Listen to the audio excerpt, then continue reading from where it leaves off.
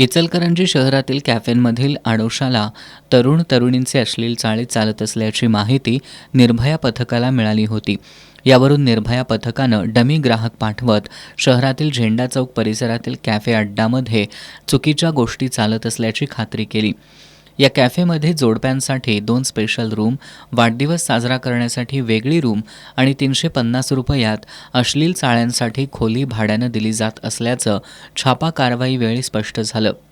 निर्भया पथकानं छापा टाकताच कॅफेमधील उपस्थित जोडप्यांची एकच तारांबळ उडाली. काही महाविद्यालयीन विद्यार्थिनींचा यामध्ये समावेश होता.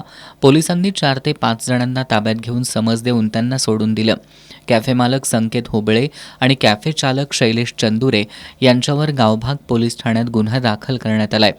जिल्हा पोलीस प्रमुख योगेश कुमार गुप्ता, अप्पर पोलीस अधीक्षक अण्णासाहेब पाटील आणि उपविभागीय पोलीस अधिकारी विक्रांत गायकवाड यांच्या मार्गदर्शनाखाली करण्यात आलेल्या या कारवाईत पोलीस उपनिरीक्षक संभाजी भोसकर, महादेवी पुजारी, प्रियांका चौगुले, सिद्धार्थ शेटे यांनी सहभाग घेतला होता.